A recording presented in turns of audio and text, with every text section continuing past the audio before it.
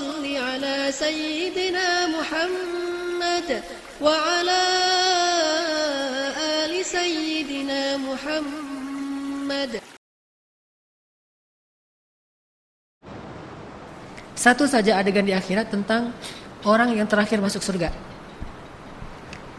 Ternyata kalau kita baca hadis tentang orang paling terakhir masuk surga, kita lihat dari grammarnya, ternyata orang yang paling terakhir masuk surga itu cowok, laki-laki, bukan perempuan. Berarti perempuan duluan. Yang paling terakhir masuk surga, laki-laki. Dan di belakang laki-laki ini, tidak ada lagi orang yang bisa masuk surga. Berarti dia paling lama di neraka, kemudian dikeluarkan setelah dosa-dosanya sudah dibakar, diazab, maka dia masuk surga. Yang tersisa di neraka berarti kekal selama-lamanya di neraka.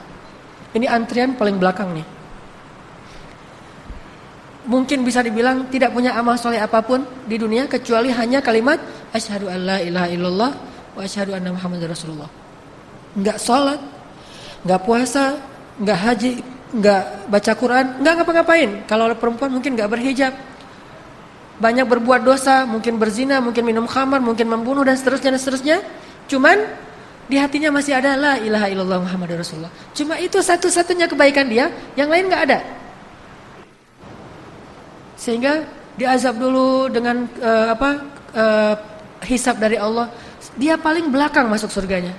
Begitu dia dikeluarkan dari api neraka, tubuhnya semuanya bekas-bekas luka dan udah rusak tubuhnya, rusak dihidupkan lagi, mati dihidupkan lagi, terus saja kayak gitu selama mungkin ribuan tahun di neraka. Begitu dia keluar dari api neraka, kemudian dia diberikan kesempatan untuk membersihkan diri di 2 telaga. Di telaga pertama dia mandi. Setelah dia mandi, tubuhnya berubah langsung. Tingginya setinggi Adam. Bapak Ibu tahu tingginya Nabi Adam berapa? 80 hasta. Dan ini 1 hasta, kurang lebih setengah meter. Berarti 80 hasta itu 40 meter. Itu tingginya Adam. Dan Nabi mengatakan manusia diciptakan dengan fisik terbaik, yaitu fisik Adam. Jadi yang ideal itu tinggi mah 40 meter, bukan 2 meter. 2 meter pemain basket gaya gitu ya. Ternyata yang lebih keren itu 40 meter, 35 sampai 40 meter.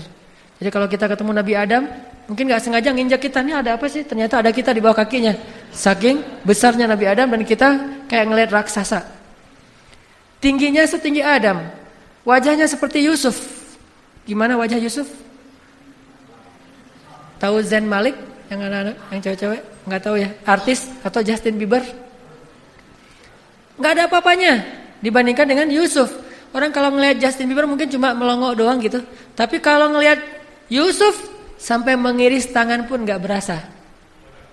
Jadi zaman dulu mah kalau misalnya mau operasi atau bedah, gak usah pakai bius, lihat aja wajah Yusuf langsung bedah.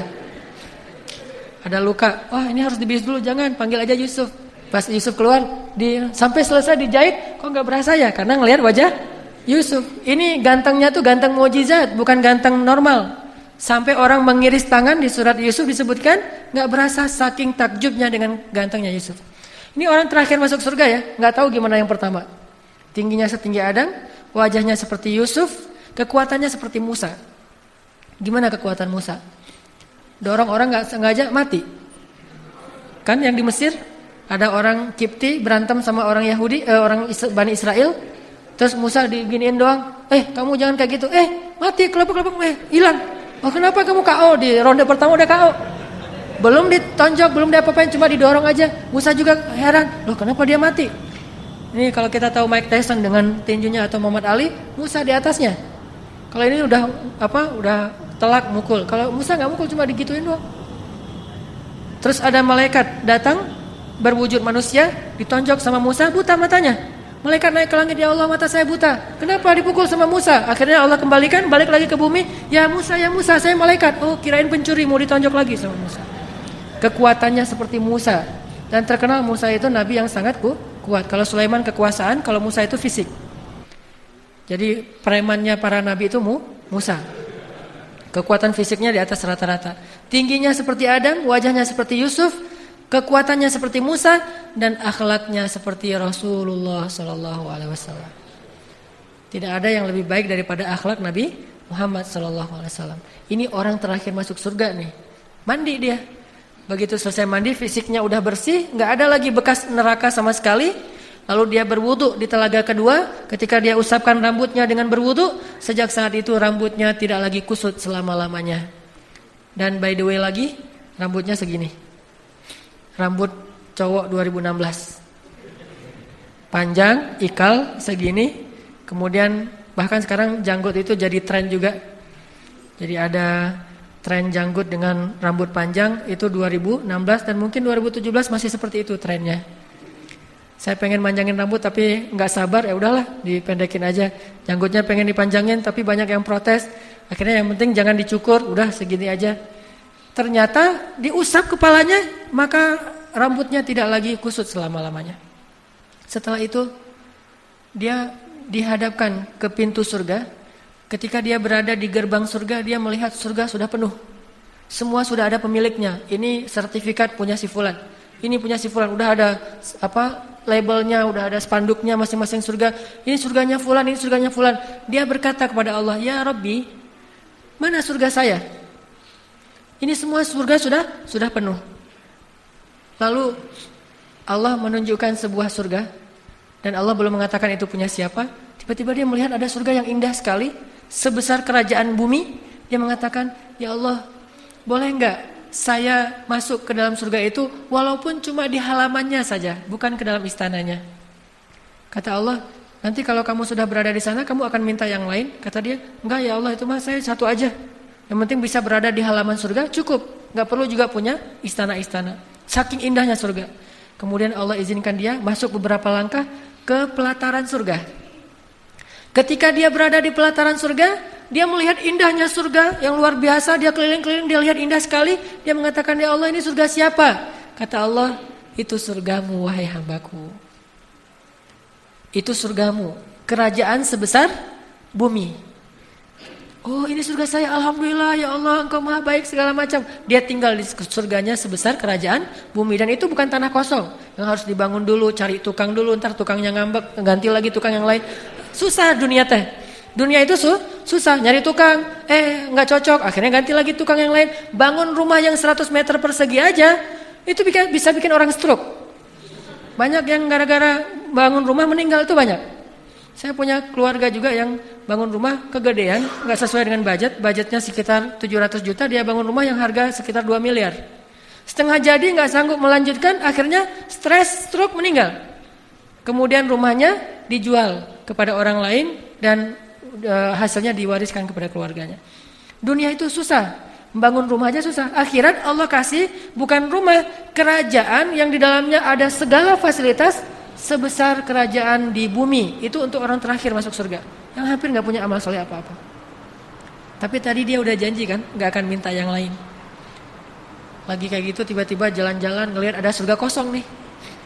Kerajaan besar tapi gak ada pemiliknya. Dicari-cari sertifikatnya, oh ternyata kosong, belum ada nama. Dia nanya ke Allah, "Ya Allah, itu kerajaan siapa?" Kata Allah, "Emang kenapa?" "Mau," kata Allah. "Boleh gak ya Allah, saya minta satu lagi yang itu?"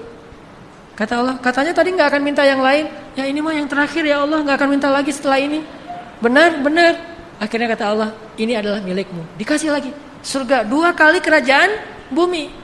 Dia nikmati, setelah sekian tahun dia menemukan lagi ada surga yang lebih besar daripada 2 surga sebelumnya. "Ya Allah, itu punya siapa?" "Memangnya kenapa?" Mau ya Allah. Katanya gak akan minta lagi. "Ini yang terakhir ya Allah." Ini perangai orang yang terakhir masuk surga. Minta ini yang terakhir ya Allah, setelah ini saya gak akan minta lagi. Benar. Kemudian Allah mengatakan, "Wahai hambaku, bukan hanya 3 surga ini yang akan aku berikan kepadamu. Kamu akan memiliki kerajaan 10 kali kerajaan di dunia." Baru dia radhi itu, "Ya Rob, saya sudah ridho, saya puas sekarang ya Allah. Udah cukup.